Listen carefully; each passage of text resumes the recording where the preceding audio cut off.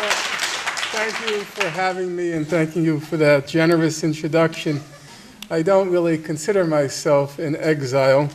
In former life, I was a follower of Chairman Mao, Mao Zedong, live like him, dare to struggle, dare to win. That's what I sound like when I was your age.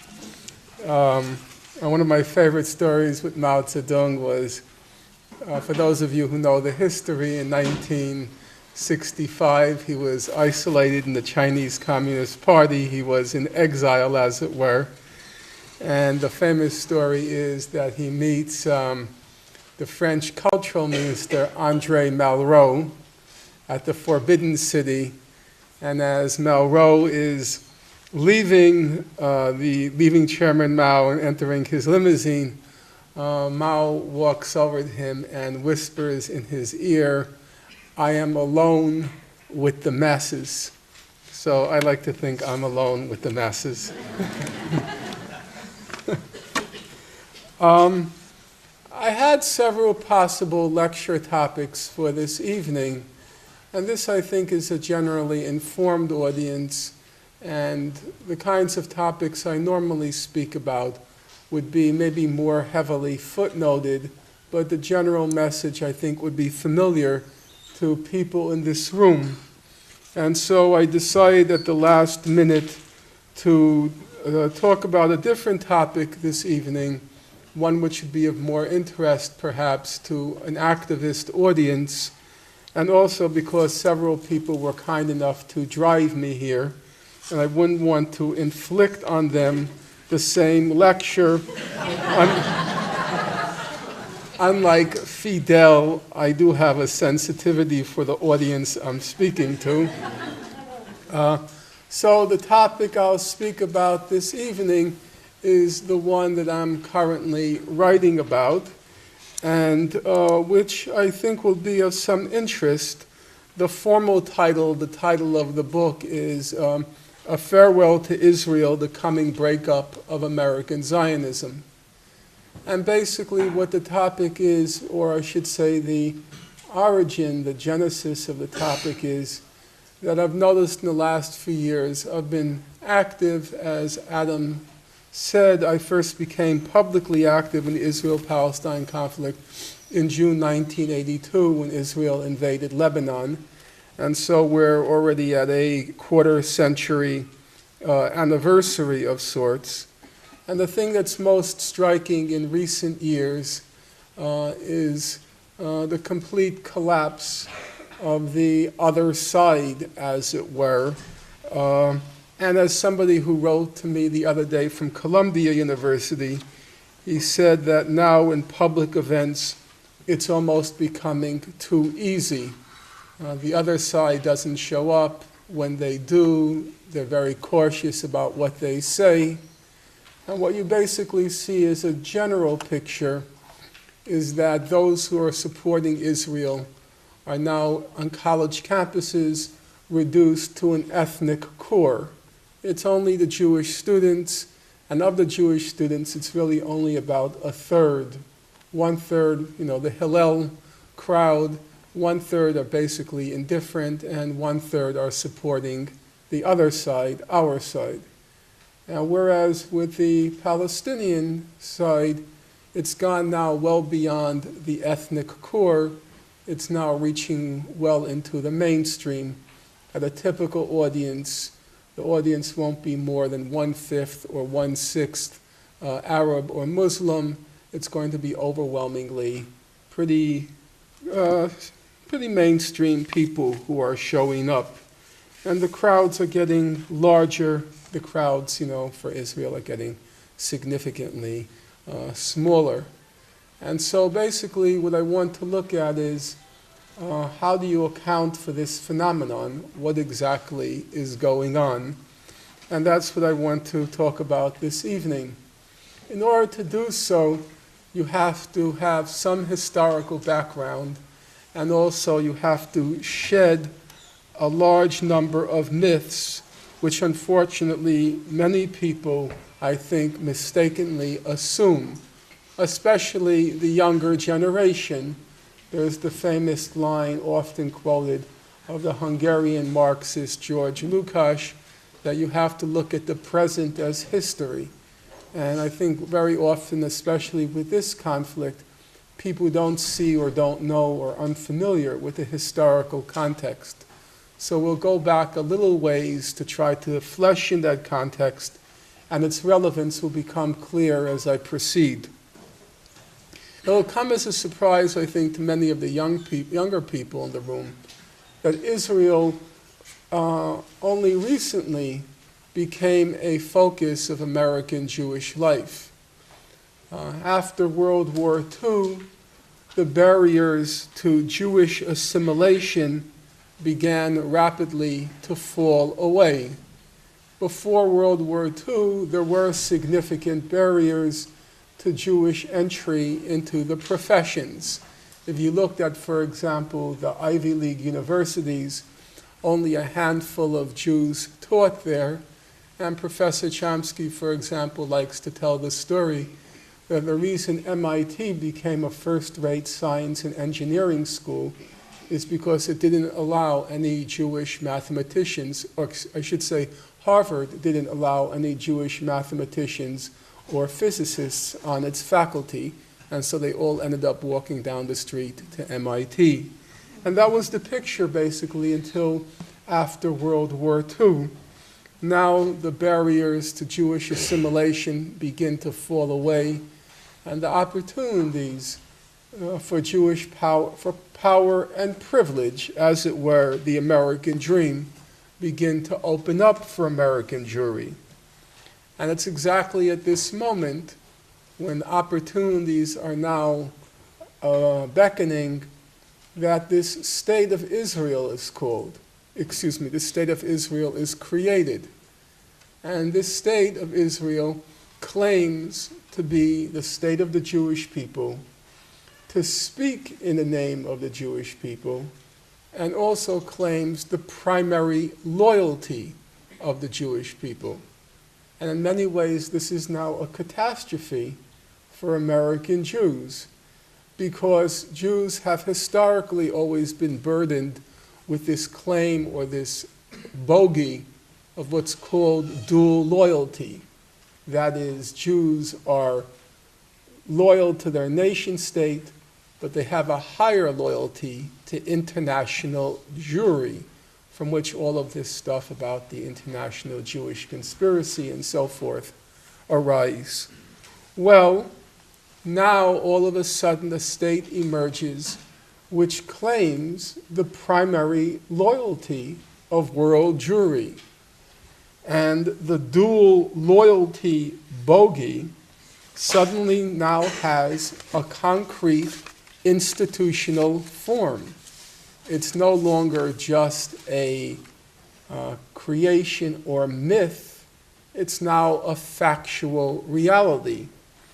David Ben-Gurion, Israel's first prime minister, he says in the early 1950s that Jews must assist the state of Israel in all conditions and under any circumstances, whether the government to which the Jews in question owe allegiance desire it or not.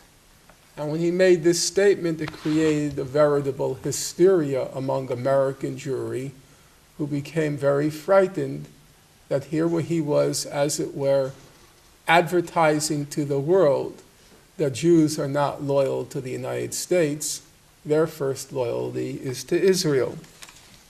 Afterwards, there was a lot of back and forth diplomacy, and Ben-Gurion was effectively compelled to retract the statement, but the institutional fact remained.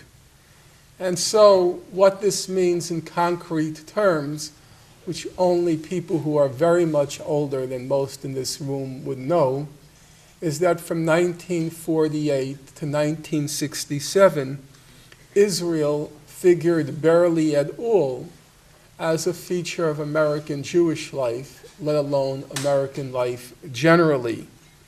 You take the case of what is probably the most respected Jewish sociologist of his generation, and maybe of all sociologists, a fellow named Nathan Glazer. Nathan Glazer, in 1957, writes a book entitled American Judaism, and he writes, and I'm quoting him now, Israel has had remarkably slight effects on the inner life of American Jewry. Or you take the case right before the June 67 war, this fellow named Elie Wiesel, you may know him as the winner of the Nobel Peace Prize, though people often wonder what did he do to earn it. Mr. Wiesel was asked by Israel's most influential paper, Haaretz, in April 67, what do you think we can do to win over Jews to their Jewishness? Because there was a fear back then of rampant assimilation. And Mr. Wiesel responded, the Jewishness of Jewish youth can still be reached, but not through Israel. Perhaps through the problems of Jews in Russia, perhaps through questions about the Holocaust, but not through Israel. Among all categories of American Jews, the category which was most aloof from, estranged from, indifferent to Israel were American Jewish intellectuals. That is to say, the crowd which are the precursors of the Jewish neoconservatives. If you look at the studies, a large number of books have been written on these Jewish intellectuals. During the 1930s, they would congregate around these magazines called Partisan Review, some of you may know, Politics Magazine, and so forth. And many studies were done of them beginning in the 1980s, and many of them had just begun to write their autobiographies. And when you look at the studies, what's most striking is Israel never comes up. Up until 67, you can go through the indices of these books, you can read them carefully. Israel is just not there. It's not at all a factor in American Jewish intellectual life. Again, these are not speculative issues. You can take the case, Jews like to have symposia where they gather together their brightest minds, assuming that there are some who are not the brightest minds. And, they ask them all sorts of questions about their Jewish identity. So you take the case, the American Jewish community, the main Jewish organization of its time, and they, just before the June 67 war, they have a symposium, Jewish Identity Here and Now. And they ask 31 of the best minds in the Jewish community, how do you understand, how do you comprehend your Jewish identity? Of the 31, only 3 made any mention of Israel as being part of their identity, and of those 3, they only mentioned it, 2 of the 3 only mentioned it to dismiss the importance of Israel, which is to say, of the brightest minds in the Jewish community, only 1 gave a hoot about Israel. You can take the most interesting case, I think. There's this fellow, regrettably he's still with us, a fellow named Norman Podhoretz. He was the editor of Commentary magazine. Some of you, how many of you even know Commentary magazine? Yeah, not the younger people. There were 2 main periodicals on the left and the right. On the left was Dissent magazine, on the right was Commentary magazine, and the famous joke by Woody Allen is, if they were ever combined, they would be called dysentery. And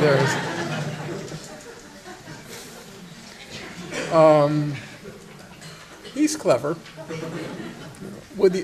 Annie Hall is very funny, I have to admit it. He's a Johnny One Note, it's the same thing over and over again, but Annie Hall is funny. In any case, so there's this character named Norman Bothoritz, and he, along with this other character named Irving Kristol, are generally said to be the godfathers of neoconservatism. And Podhoretz made part of his reputation on being a fanatical, hysterical, as it were, supporter of the state of Israel. And he remains so till this day. And Podhoretz, at a relatively young age, in his 20s, he became the editor of Commentary magazine. And it's very interesting to go back and look at the actual history. During his period of editorship before the June '67 war, Israel doesn't come up at all, barely. Two simple examples. During the first year of his editorship, there were 99 feature articles, main articles in Commentary. Of those 99, only 2 mention Israel or Zionism. That's it. The period up to the June '67 war, January through June '67, there are 57 articles. On Israel, just 2. And the articles are very nondescript, like, wedding in Galilee, or bar mitzvah in Tel Aviv. Not exactly the most political articles. Some of you who are older will remember Podhoretz's famous autobiography. It was called Making It. How many people remember Making It? That's impossible. No one? You remember. Okay. At least you confirm it happened. It was an event of sorts because it was so gross that he was flaunting the fact that he made it, and it was a kind of declaration of grossness by the Jewish nouveau riche. And what's striking when you read it, and it was, as I say, a big event back then, it's his autobiography. Here's this guy who became so famous for his fanatical support of Israel. You go back and read it, there is exactly 1 mention, a half a sentence on Israel in the whole book. It's nothing. Didn't figure at all in American Jewish life, except as an object of charity. Occasionally you would plant a tree in Israel, or else grow a weed, whatever. That was it. Things dramatically change after the June '67 war. As Podhoretz says in another book, Israel became the religion of the American Jews. And the obvious question is, well, what happened? And what happened basically was, fundamentally what happened, is that Israel now became a strategic asset of the United States, as the expression has it. And so now the issue of dual loyalty not only didn't arise anymore, but now if you were pro-Israel, you were actually super loyal to the United States, because there was Israel on the front lines defending American interests against the third world Arab hordes, protecting our oil, which happened to be located in the Middle East. And not only were they protecting American interests, dying for American interests, but unlike the American GIs in Vietnam, they were actually winning.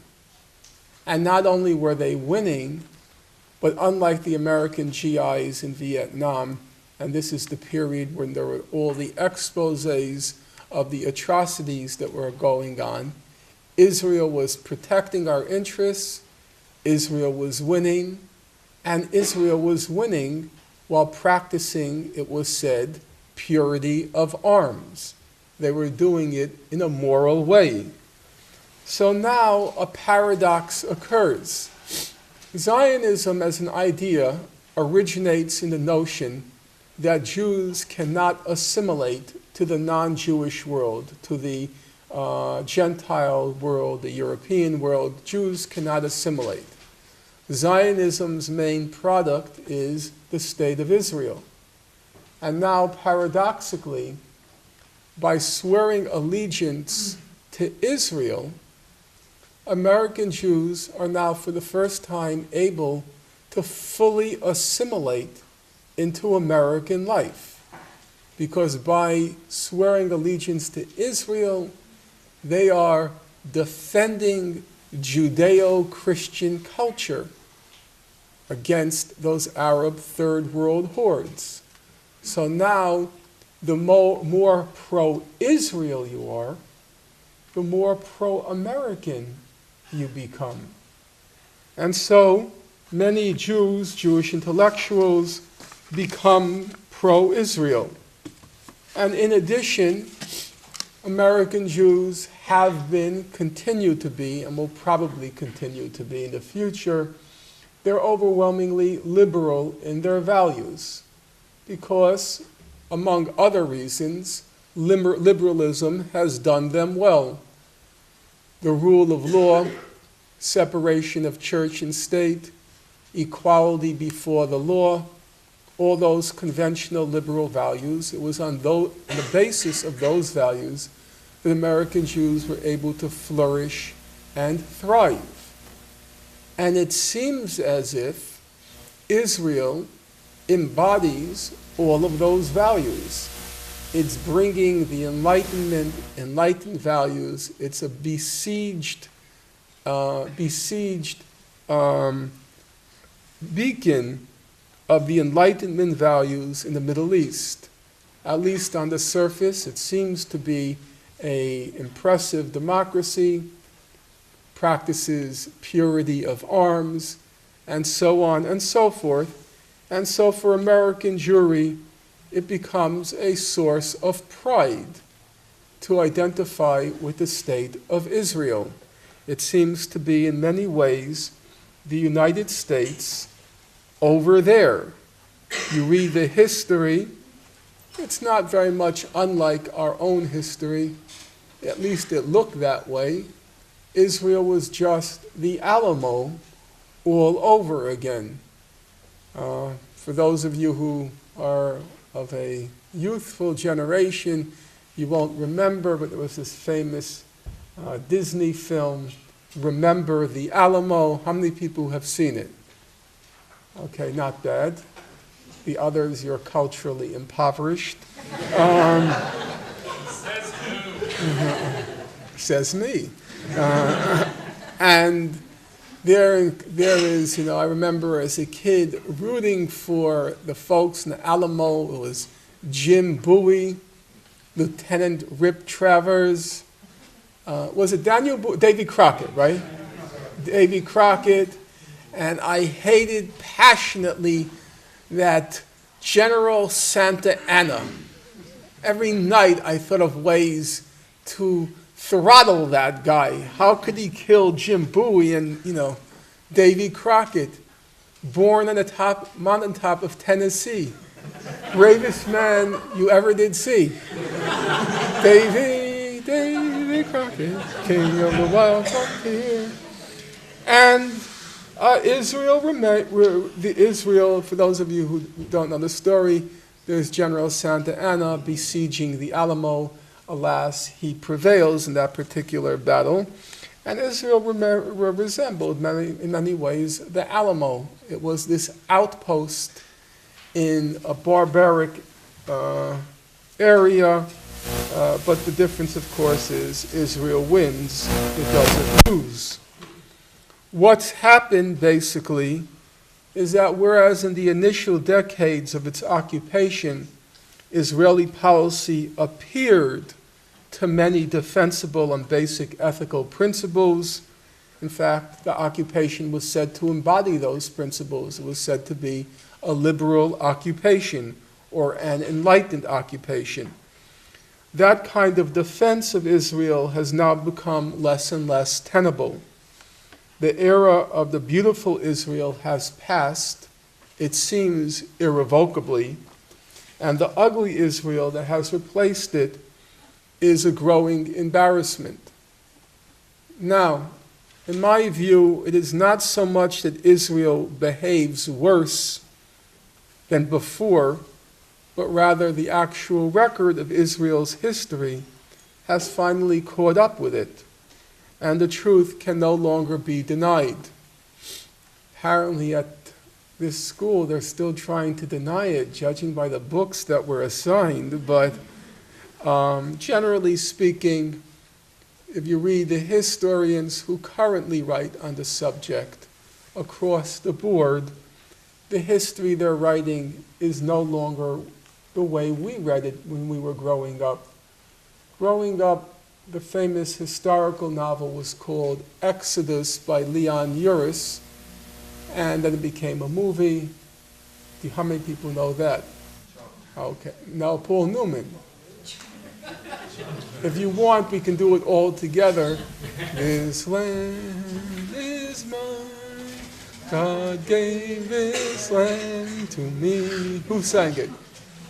Pat Boone. Come on. But you did a beautiful rendition. I saw it in your eyes.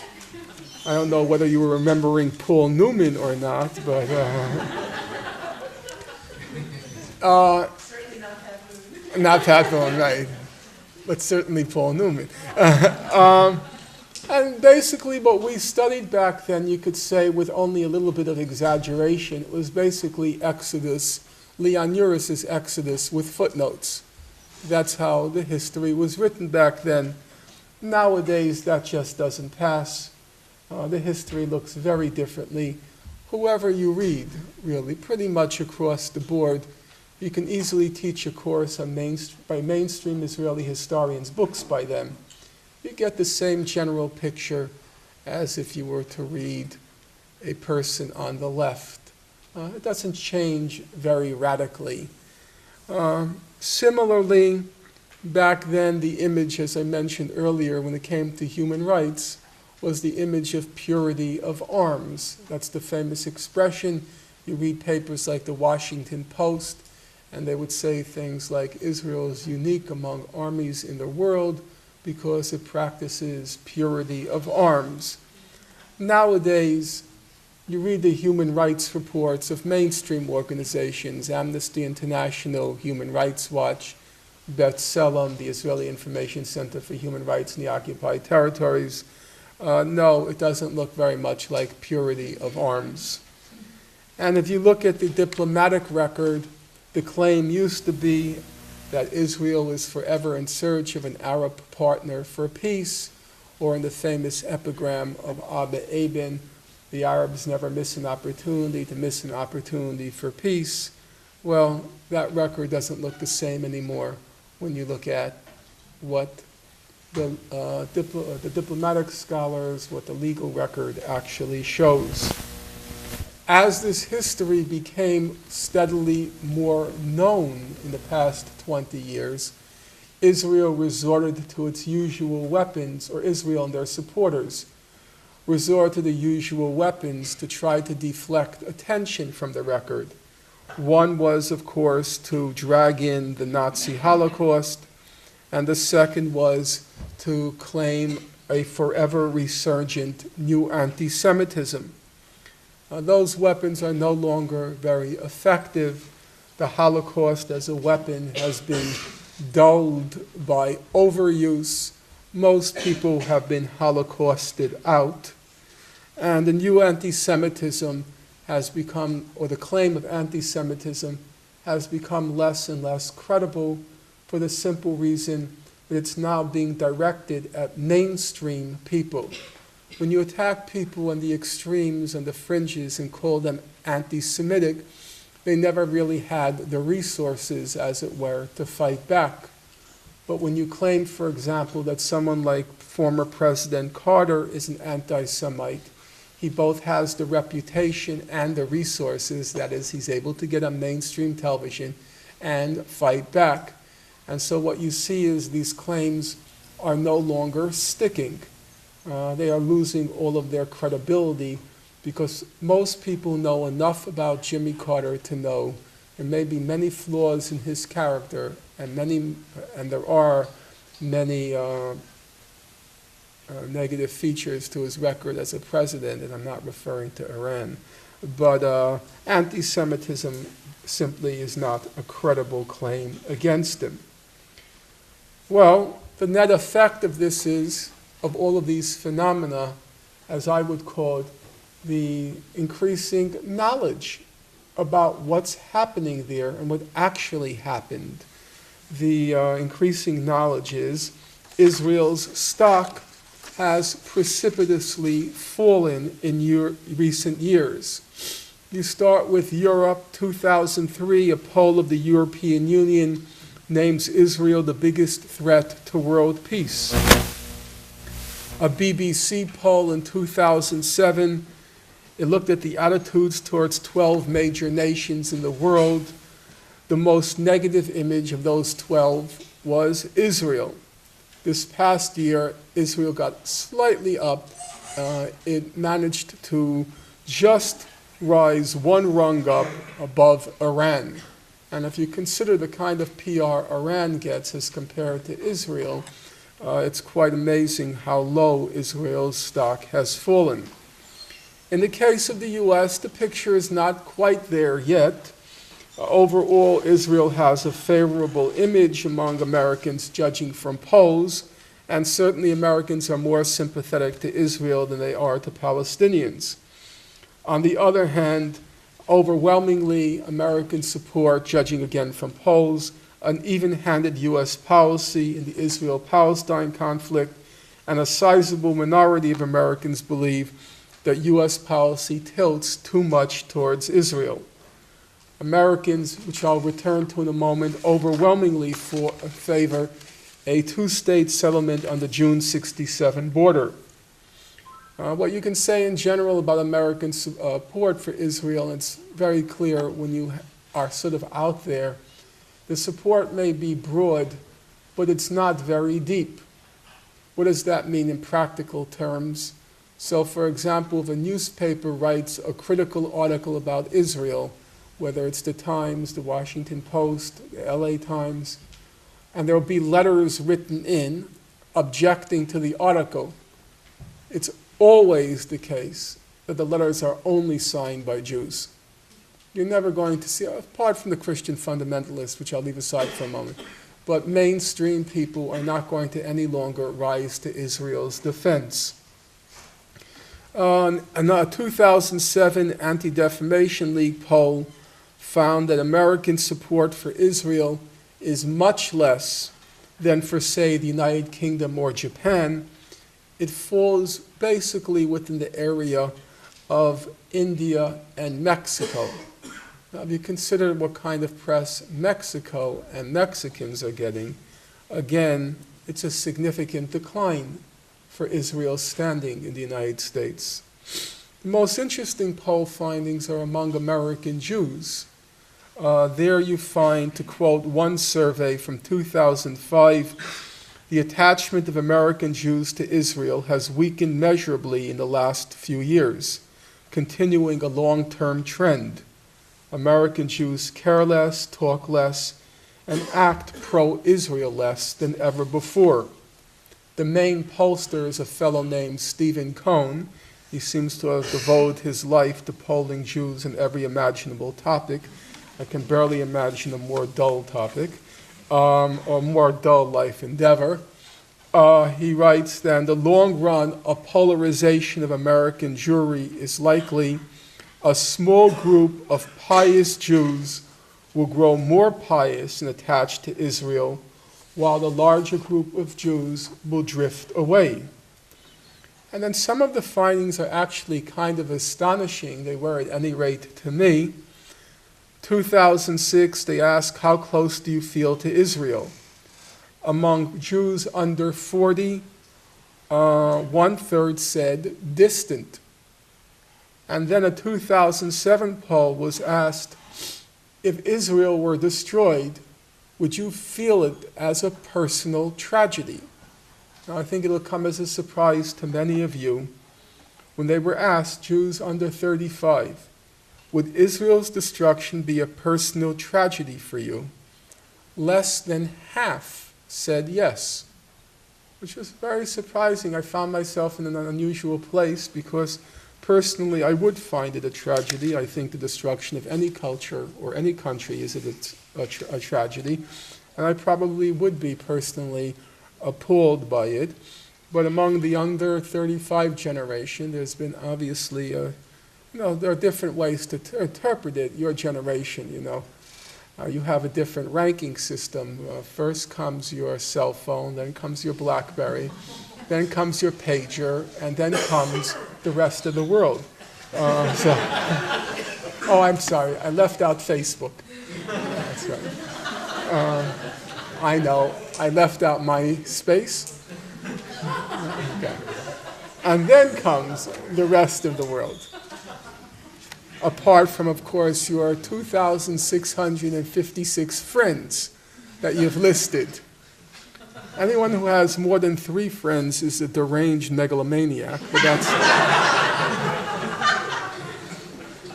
Well, isn't that true?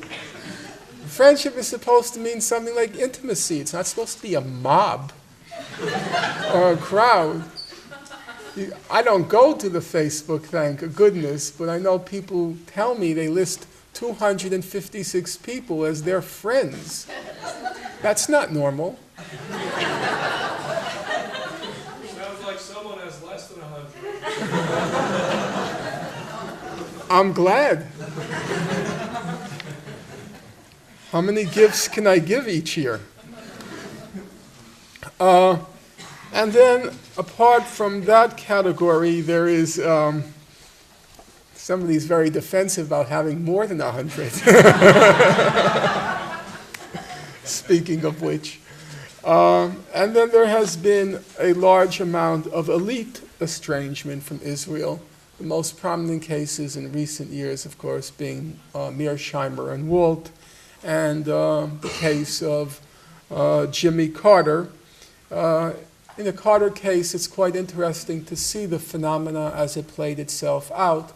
Carter is probably the most respected ex-president in the history of the United States, and probably you could say justifiably so. When Carter came out with his book, the Israel lobby used all of its standard tactics to silence him. He was immediately charged. Kenneth Stein at Emory alleged he was a plagiarist. Then Alan Dershowitz alleged he was in the pay of Arab sheikhs. Then he was accused of being an anti-Semite. Then Deborah Lipstadt from Emory wrote in the Washington Post that he was a borderline Holocaust denier.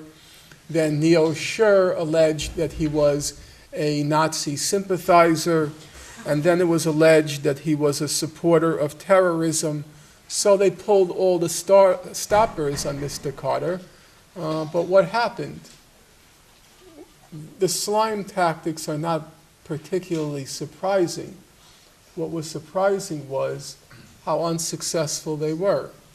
Despite all of the vicious, vitriolic, nasty, ad hominem reviews of his book, it managed to be #1 on the New York Times bestseller list. And it sold 300,000 copies in hardback. Then Mr. Carter said that I want to go into the lion's den. I want to speak to the Jewish students at Brandeis, the historically main secular Jewish university. He goes to Brandeis, 2,000 students come to the auditorium to greet him, and he's already being followed by this reputation for being the Holocaust denier, this, that, and the other. Goes into the auditorium, 2,000 students, the gym. They give him 4 standing ovations. And then Mr. Dershowitz delivers the, as it were, reply to Carter. Before he even opens his mouth, 2/3 of the audience just walked out. And that's a very revealing sign of where things are going, where things are heading. And the obvious question, as I said from the beginning, is, well, exactly what happened? How do you account for this remarkable change that's occurring right now as we carry on? It's happening now. The usual argument that's made that the disaffection from Israel, the technical term, if you read the Jewish literature, is they talk about the distancing of American Jews from Israel, the usual explanation is, well, Israel is not the same place as it used to be. It's become a very different place than during those golden years right after the June War. And if we're honest about these things, it is true that there has been a drastic or significant, let's not call it drastic, a significant deterioration in Israeli society. It once was a relatively egalitarian society. Wealth was relatively equitably distributed, say in the 1950s. Now Israel has among the largest gaps in income distribution in the world. There has been a significant change, and we shouldn't sort of be so obtuse or politically correct that we don't see these things. There were impressive experiments in egalitarianism, most notably the kibbutzim, but in general, it was a quite austere society. It had the appearances, and not just appearances, the reality of being a revolutionary society in many respects. And you saw it in particular in the behavior, the conduct of the leadership. These were the first generation of Zionists who then became the leaders of the State of Israel. They were genuinely committed to an idea. These were not people who were principally after privilege and power. They were committed to an ideal. They genuinely believed, for better or for worse, they genuinely believed in the idea of a Jewish state. And so they were remarkably committed, remarkably austere in their livings, in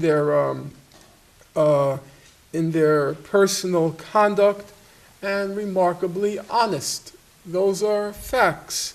They were also ruthless, no question about it, but ruthlessness and austerity often go hand in hand, as people familiar with the history of the left know.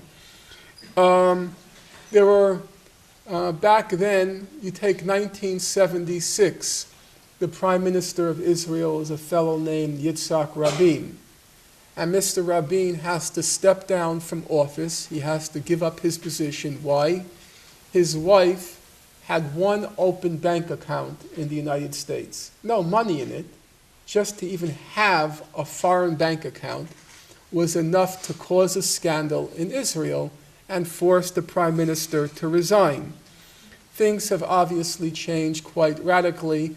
There's literally not a day that passes, including today and yesterday, literally, that an Israeli prime minister isn't being, or Israeli official or prime minister is not being indicted for some financial or sex scandal. It's a very different place. Even as late as 1996, Israel was ranked among the most transparent, that means not corrupt societies in the world. But now if you look at the most recent findings of 36 countries ranked for political corruption, one being the least corrupt, Israel is down to 20. It's behind Estonia. It's sunk considerably. And then there are all sorts of, you could say, cultural aspects of the society.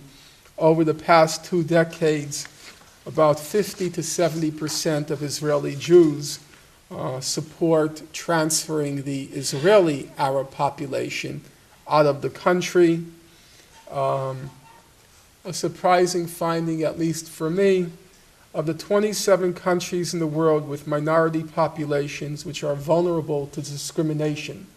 So they did a study of the countries in the world which have minority populations, and these minorities are vulnerable to discrimination.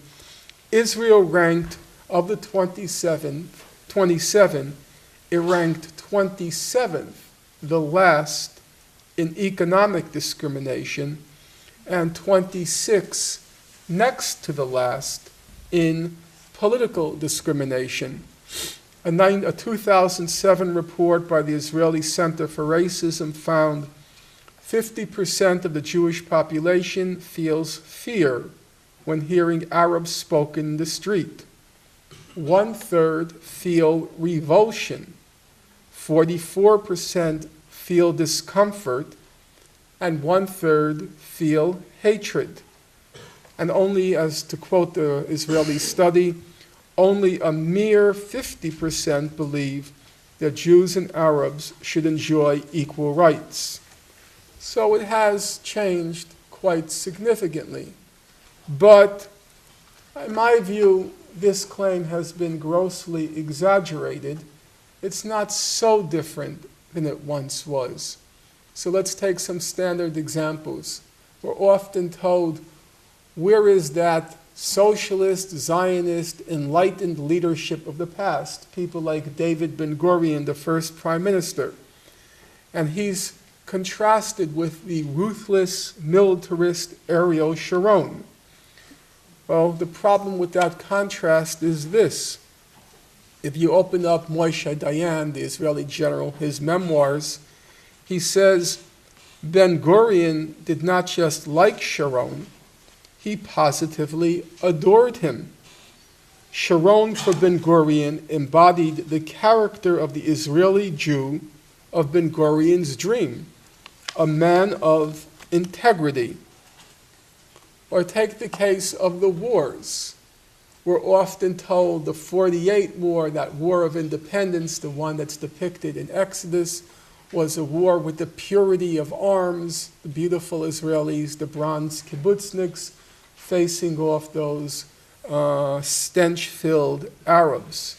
And the bad war, we're told, and the younger people, my age cohort, will remember, the bad war was supposedly the Lebanon War of 1982, when Israel killed about 18 to 20,000 Lebanese and Palestinians, overwhelmingly civilians. That's supposedly the bad war. 48 is the good war. So things, they seem to have deteriorated. But it's not so. You take one of Israel's leading historians, Benny Morris, he says, the Israeli army has become a progressively cleaner army. Its record on purity of arms was far better in 1982 than it was in 1948. The picture is actually one not of Israel deteriorating, but actually improving. You take the question then of torture. Now, it's sometimes thought that there's been a dramatic deterioration in the question of Israel's resort to torture. But it's not so. Israel began torturing Palestinian detainees right after the June 1967 war. During the heyday of American Jewry's love affair with Israel, torture, according to the human rights reports, was systematic and methodical of Palestinian detainees. In fact, it's probably the case that now Israel tortures less than it did during the heyday of American Jewry's love affair with Israel. If American Jews have generally become more reticent in their support of Israel, it's not because Israel has become a fundamentally worse place, but because much more is now known about Israel's historical human rights and diplomatic record. There's broad agreement on what the record shows. It's much more difficult to pretend not to know that record, and it's no longer possible to reconcile Israeli behavior as documented in the record with basic liberal values. Let me just quickly go through what some of the record shows. So let's start with the history. There is a sprinkling of older people in the room. I'm not going to make eye contact with them because they're from the 60s and they're very sensitive about getting older.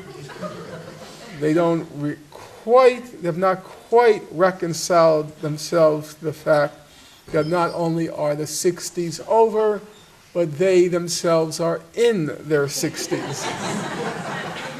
It's a very bitter pill to swallow, but alas, it's no longer the age of Aquarius. Though some of those 60s veterans with that glazed over look in their eyes, they may think otherwise. Well, back then, when you studied the topic of I have to be careful about not making facial contact with anyone over 20.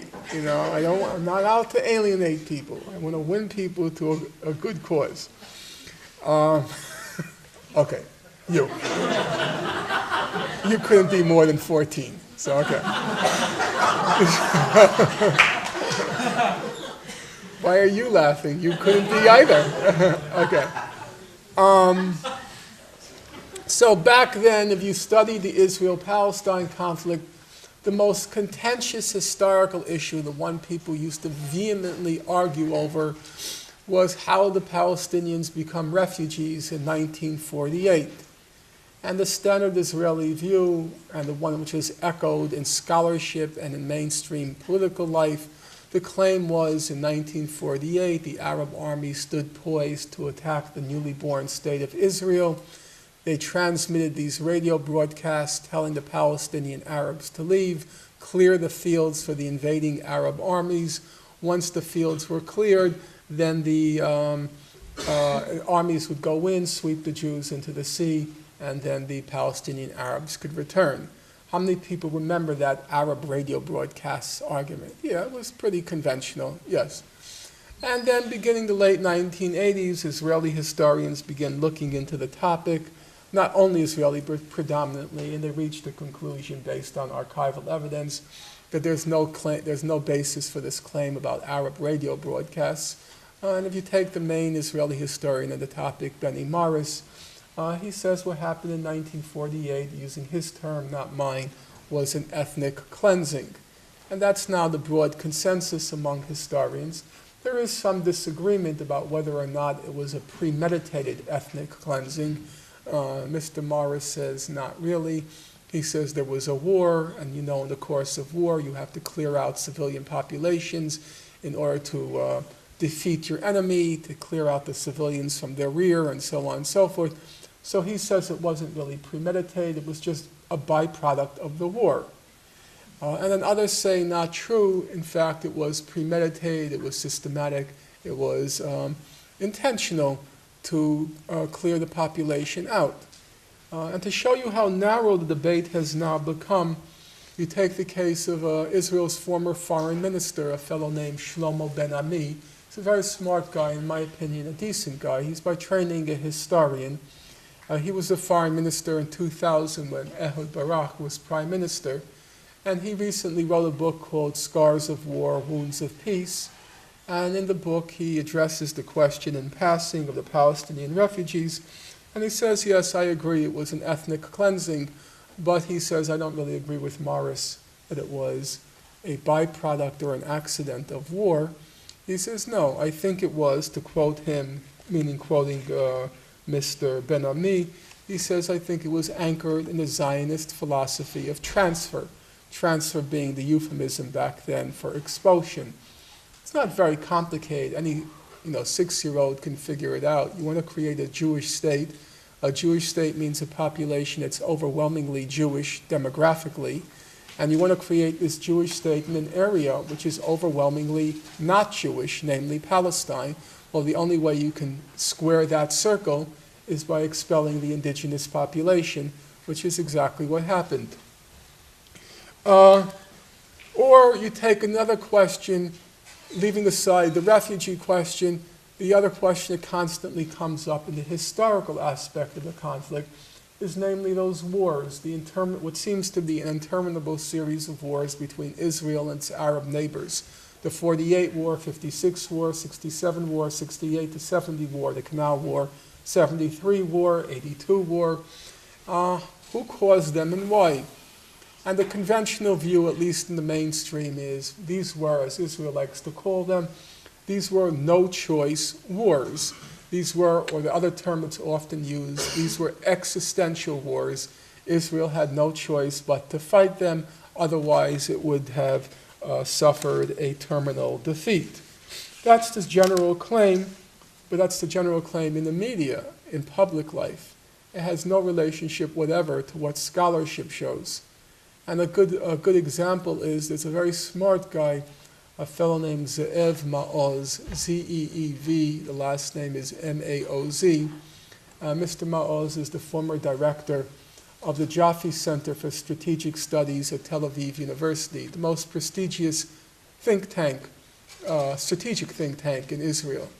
And he recently came out with this very hefty book. It's called Defending the Holy Land. It's about 800 pages. It's a fat book. And what he does in the book is he simply goes through all the wars, 48, 56, 67, and so forth, and figures out, okay, what happened, who started, why, and so forth. Now, not in any way to denigrate Mr. Maoz's scholarship, and I think he owes me a buck or two because I promote his book more than my own. The book is basically a synthesis of secondary work.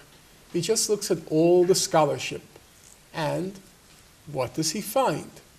Obviously, this is not the time or the place to go through his detailed findings of each war, let alone all the wars, but it's not without interest to just briefly quote his conclusions. First of all, what caused these wars? And he looks at all of them. Here's his conclusion. Israel's war experience is a story of folly, recklessness, and self-made traps. None, N-O-N-E, none of Israel's wars, with a possible exception of the 1948 War of Independence, none was what Israel refers to as a war of necessity.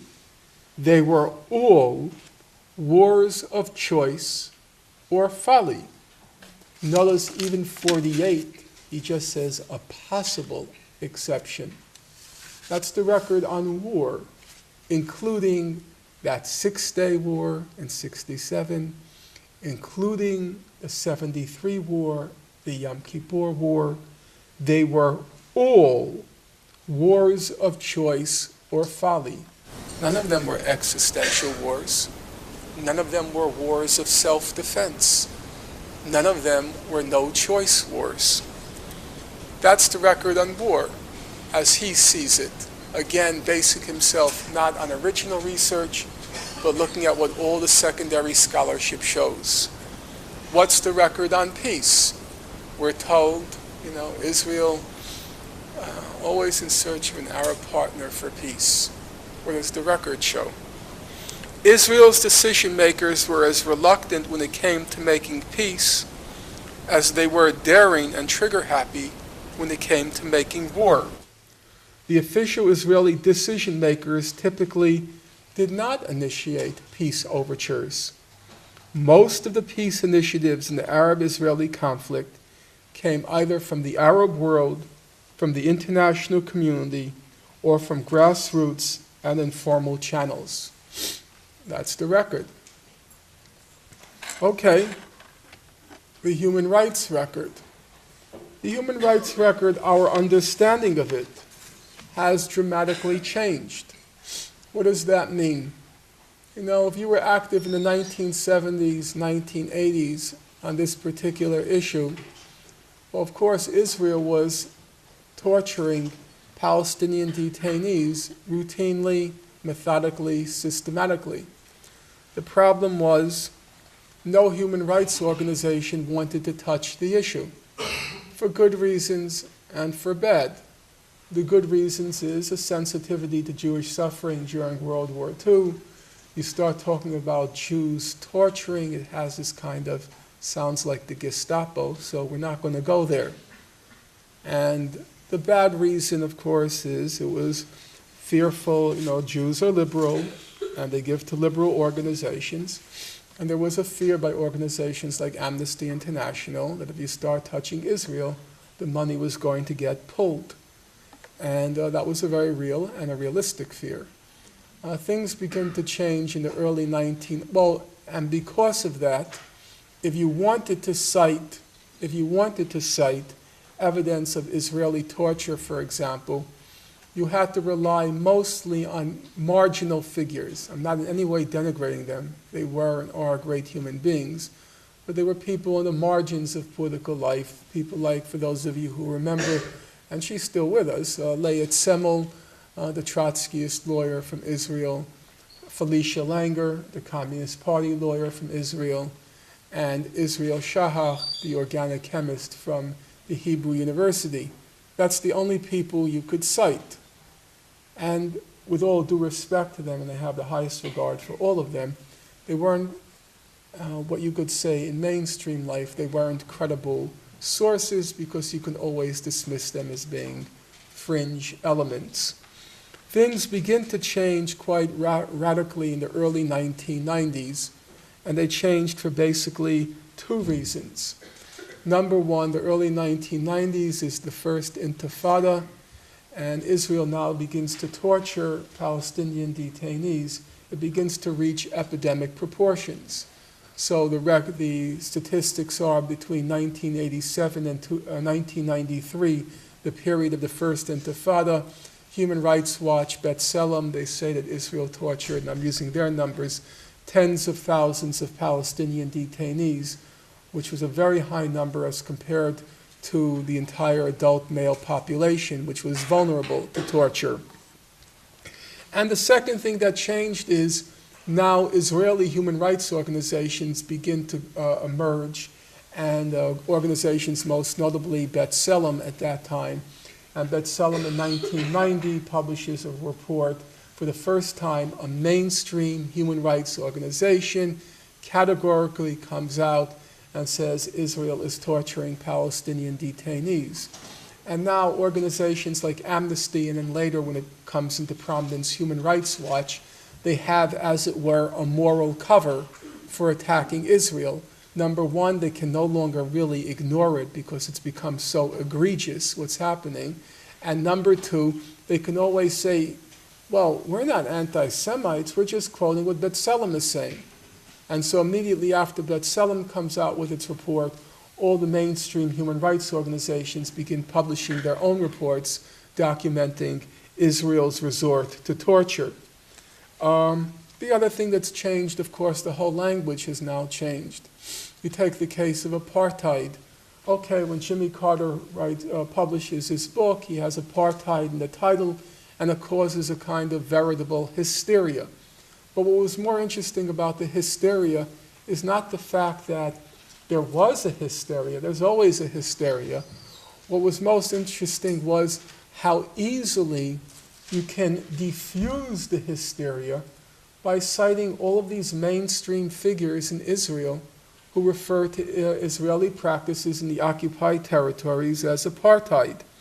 So Israel's former Attorney General Michael Ben Yair, he calls it apartheid.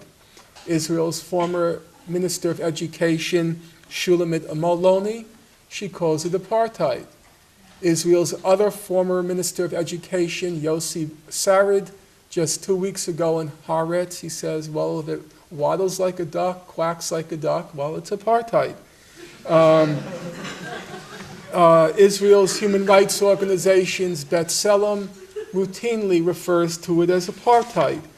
And then you take a case, just last week, it was interesting to read.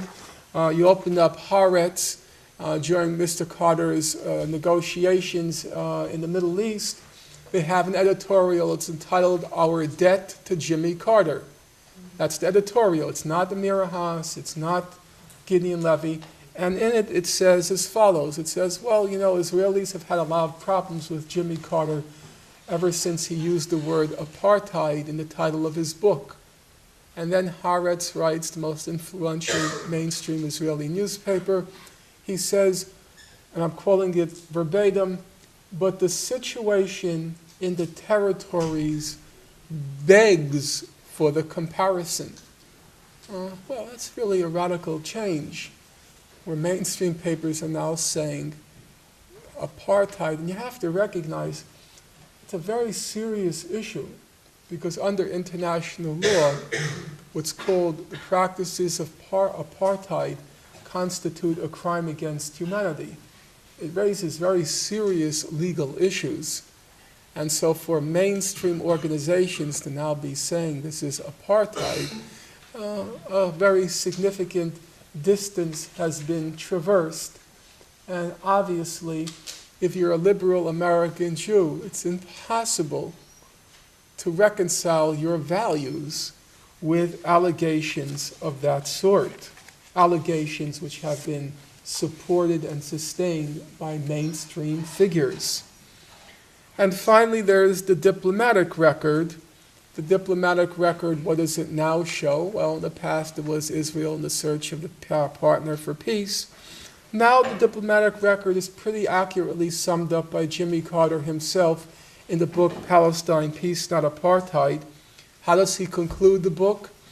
He says, Israel's continued control and colonization of Palestinian land have been the primary obstacles to a comprehensive peace agreement. Peace will come to Israel and the Middle East only when the Israeli government is willing to comply with international law by accepting its legal borders. If you look everywhere, in the legal diplomatic arena, you look at the International Court of Justice, 2004, July, it renders a landmark opinion on the wall that Israel has been building in the occupied territories. What does it conclude? It concludes number one, the whole of the West Bank and Gaza, the whole. They say these are not disputed territories. These are occupied Palestinian territories. Number two, it concludes the settlements. All the settlements that Israel has built, the International Court says are illegal under international law. Number three, the question of East Jerusalem. We're told that's a controversial question. Israel calls East Jerusalem part of its eternal and undivided capital. For the highest judicial body in the world, what does it find? It says East Jerusalem is, and they're very explicit, occupied Palestinian territory. Not only do they reach all of these findings, the vote in the court is 14-1. It's not even close. And even the one dissenting vote, the one by Thomas Bergenthal, the American judge, Mr. Bergenthal, in his declaration, he says, well, there's much in the majority opinion I agree with. And then he says on the crucial question, namely the question of the settlements. If the settlements are illegal, the occupation is over, because Israel is obviously not trying to appropriate the land or annex it for its scenic value. They want to exploit the resources and transfer the population. So if the settlements are illegal, the game is up. Well, Bergenthal, he's the one negative vote. Bergenthal says, I agree with the majority. All the settlements are illegal under international law. And so what you have is a consensus. All 15 members of the highest judicial body in the world now, on every significant issue, Israel suffers a devastating defeat. Or you take not a judicial body, you take the highest political body in the world, United Nations General Assembly. Every year they vote on that two-state settlement on the June 1967 border. Every year the vote is the same. 1989, the vote's 151-3. The whole world on one side, United States, Israel, and Dominica on the other side. You look at the last 10 years, the vote's always roughly on the order of 155-2, and the maximum it ever gets up to is 161 or so to 7. This past year it was 161-7. Well, 7 is obviously bigger than 2, but it's not much bigger when you consider that the other two, apart from the United States and Israel, are Nauru, N-A-U-R-U, Palau, P-A-L-A-U, Tuvalu, T-U-V-A-L-U, Federated States of Micronesia, and the Marshall Islands. That's it. The whole world, that's literally the case. I mean, it's kind of funny, but it's also kind of tragic. If you go back home, you just Google, enter the words peaceful settlement of the Palestine question. That's the annual UNGA, United Nations General Assembly resolution. And the numbers will come up. That's what it is. The whole world on one side, the United States and Israel, and Maro Palau Tavallo. On the other side, International Court of Justice, it's 14-1. On the crucial issue, it's 15-0. Again, you're Jewish, you're liberal, rule of law. It's very hard to reconcile what the highest judicial body in the world says, including Bergenthal, who himself, incidentally, is a Holocaust survivor, including Ruth Higgins. She's Jewish, she's the British representative of the court. There's no debate anymore. There's no controversy anymore when you look at the actual record, and it's becoming more and more difficult. The last topic, which I'll briefly look at, and one which I think is of great interest, in many ways the most revealing aspect, is the question of Israel's foreign policy and how American Jews are becoming more and more alienated from Israeli foreign policy. Let's take the two most recent cases, the cases of Iraq and Iran. In both the case of Iraq and Iran, Israeli elites, as well as the Israeli public, overwhelmingly supported a U.S. attack. And in both instances, Iraq and Iran, Israel compared the threat posed to Nazi Germany. Yet, in both instances, American Jews, even though Israel was saying we're facing a threat comparable to Nazi Germany, in both instances, American Jews proved remarkably unresponsive. On the eve of the attack on Iraq, American Jewry was split on whether to attack, even though Americans in general overwhelmingly supported an attack. In the war's aftermath, of all religious denominations, American Jews have been most critical of the Iraq war, although a majority of Israelis continue to support it. You take the case of Iran, the projected war on Iran, people like Netanyahu, Benjamin Netanyahu, the former Israeli prime minister and still leader of the Likud party, Mr. Netanyahu goes around saying, quote, Iran is Germany. It's 1938, except that this Nazi regime wants to dominate the world, annihilate the Jews, and also annihilate America. Well, that sounds like a pretty nasty piece of work, Iran. Wants to annihilate the Jews, annihilate the world, the universe, terrible, horrible. And the American Jewish Committee then asked American Jews, hey, what do you think about this? They want to annihilate Israel. How do you feel about it? Well, American Jews were asked, if the U.S. were to attack Iran to prevent it from developing nuclear weapons, would you support it? Surprise, 60% of American Jews said no.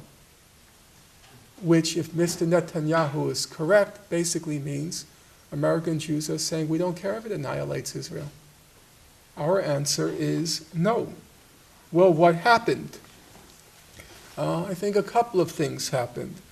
Number one, American Jews, as I said, embraced Israel after June 67 because it seemed to embody liberal values. And it's because of those same liberal values of American Jews that they are not supporting the war. In the liberal democratic milieu, which is where, democratic with a capital D, where most Jews find themselves, the war was clearly unpopular. And so American Jews act like liberal Americans. They oppose the war, whatever Israel says. But that's not the only issue, because there was another interesting finding. It found that, let's say, 50% of members of the Democratic Party, or I should say Democrats with a capital D, opposed the war. But then when it came to Jews, it was 70%. And so the question arose, it can't just be that they are liberal. There must be something else at work. And I do think there's something else at work, and it goes back to exactly what I said earlier. Namely, American Jews, they distanced themselves from Israel between 48 and 67 because they were very fearful of that dual loyalty charge. And now that dual loyalty charge resurfaced. Namely, Israel and Jews were now being blamed for the war in Iraq. And so the more the war in Iraq went south, and the more it began to be said that American Jews were the cause of that war, most notably by, in some version, Mearsheimer and Walt, the more American Jews began to distance themselves from Israeli policy because it was damaging their interests as American Jews. The issue again arose of dual loyalty.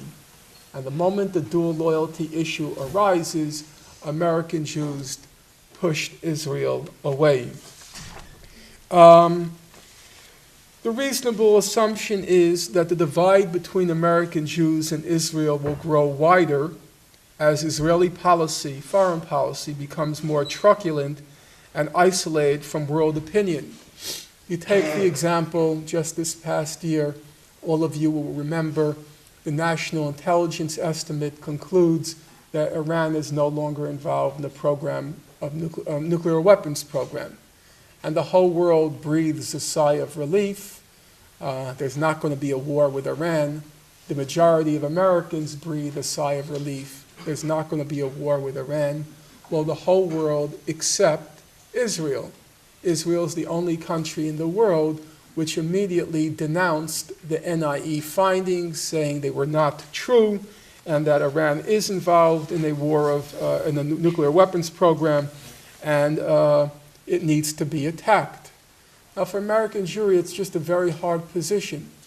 Most American Jews nowadays, they grew up in a generation which the slogan was, and it was not the worst slogan, was "Give peace a chance." The John Lennon slogan, "All we are saying is give." Why are you laughing? You heartless, hedonist, black, whatever. Okay. And it's not really a rhetorical claim to say, it's literally true that Israel's motto is give war a chance. Whenever there is any option, attack. Take out the club, break their skulls. And it's true.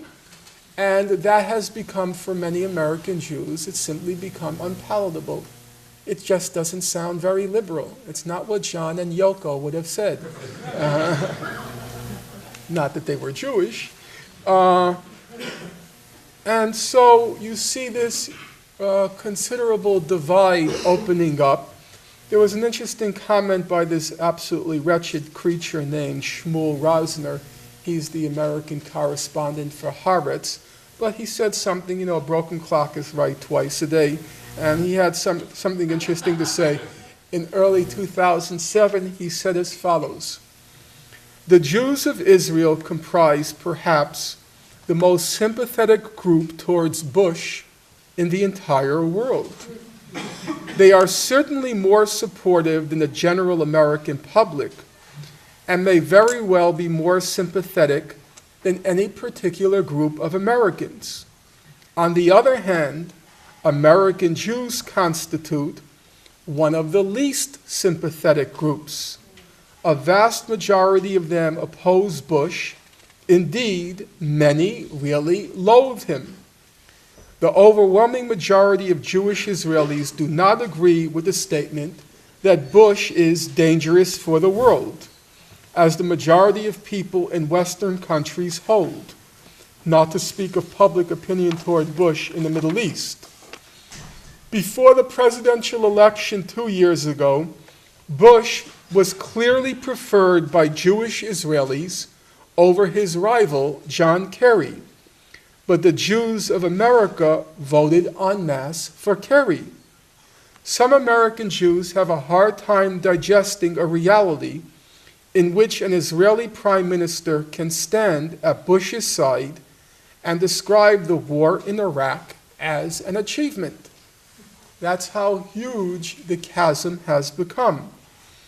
If you look at the pose of foreign policy of Americans in general, Israeli Jews most resemble, in their attitudes towards war, most resemble white evangelical Protestants and Mormons. And it's hard to name two groups with whom American Jews have less in common. And also, the political affiliation is a mirror image. If you look at the numbers for Israelis, overwhelmingly concentrated on the right, a relatively a figure of around 30% in the middle and about 20% on the left of the Israeli spectrum. It's about 60, 25, 25. And if you look at the American Jewish spectrum, it's the exact reverse. It's about 60% on the left, 30% in the middle, and about 20% on the right, Republican. They're mirror image. They are the reverse of each other. Well, where does that all leave us? American Jewry basically has only two options. One, they can, like some Israelis have done, like people like Benny Morris, they can jettison their liberal values, just get rid of them, and become another right-winger. But that's quite unlikely because American liberal culture remains quite lively, unlike Israeli culture. It's not, the liberal portion is no longer lively. The liberal Israeli intellectuals are leaving Israel and going elsewhere. In American society, liberal culture remains quite lively, as the Barack Obama phenomenon demonstrates.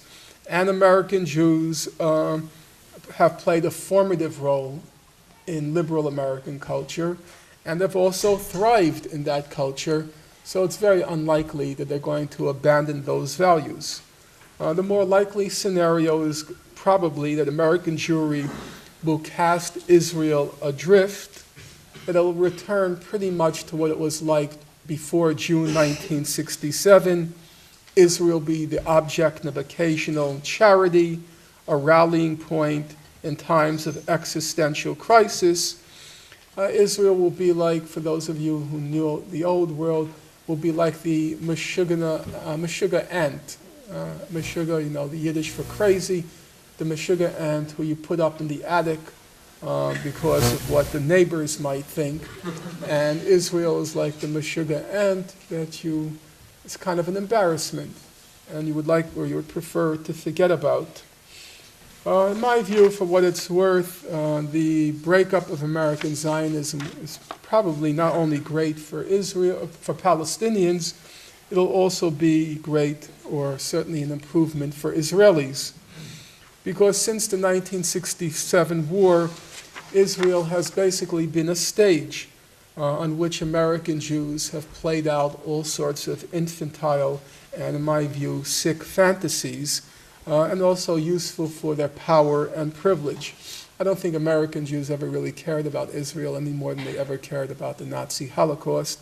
It was a kind of game, you take someone like Professor Dershowitz, it's a way to prove that you have chutzpah and you have nerve and you're not afraid to buck the tide. It has nothing to do with any particular interest for or concern about Israel.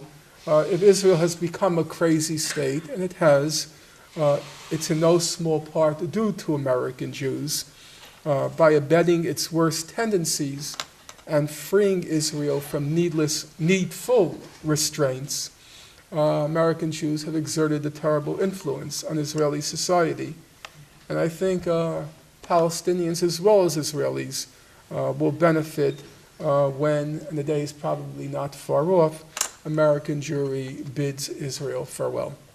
Okay, that's it. You've been listening to a presentation by independent scholar and author Norman Finkelstein. In a moment, we'll return to the question and answer session from the program.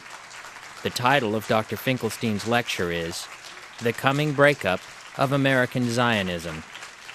He spoke at Evergreen State College in Olympia, Washington on May 8, 2008. Norman Finkelstein has written extensively on the Israel-Palestine conflict and related issues. His books include Image and Reality of the Israel-Palestine Conflict, The Rise and Fall of Palestine, a personal account of the Intifada years, A Nation on Trial, The Goldhagen Thesis and Historical Truth, The Holocaust Industry, Reflections on the Exploitation of Jewish Suffering, and Beyond Chutzpah, on the Misuse of Anti-Semitism and the Abuse of History. To find out more about Norman Finkelstein and his work, please visit his website at www.normanfinkelstein.com. And now we return to the question and answer segment of the program. You're listening to independent scholar and author Norman Finkelstein.